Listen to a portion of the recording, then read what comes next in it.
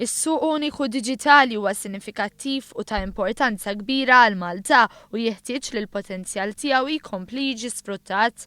Dan qalitu Vera Jourova, l-Kummissarju għall-Ġustizzja, l-Konsumatur u l-Ugwaljanza waqt l-ewwel laqgħa tagħha mal-Musec f'pajjiżna. Laqgħa li fiha kienu diskussi ta' punti li Malta ser tkun qed tafas fuqhom waqt il-Presidenza Ewropea f'Malta.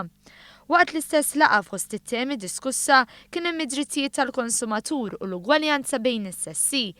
Jourova saħqet li l-importanza li l-konsumatur jiġi rispettat u semmet x'kellhom xi jgħidu l-imsieħba soċjali nfushom.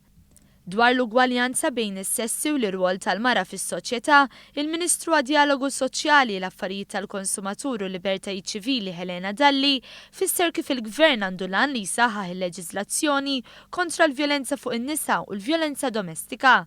Iddiskutew ukoll il-possibilità li s-sena d-dieħla issir kampanja pubblika li taħbat mas-Sena Ewropea kontra l-vjolenza fuq in-nisa.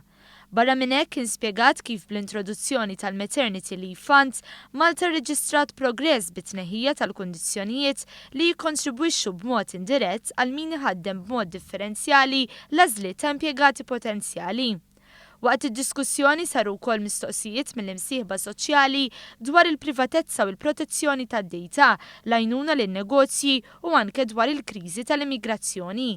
Intant aktar tard wara nofsinhar, il-Ministru għall-Ġustizzja Owen Bonnici wkoll kellu laqgħa ma' Vera Jourova fejn fiha kien diskuss il-progress li qed tagħmel Malta f'dan is-settur ukoll.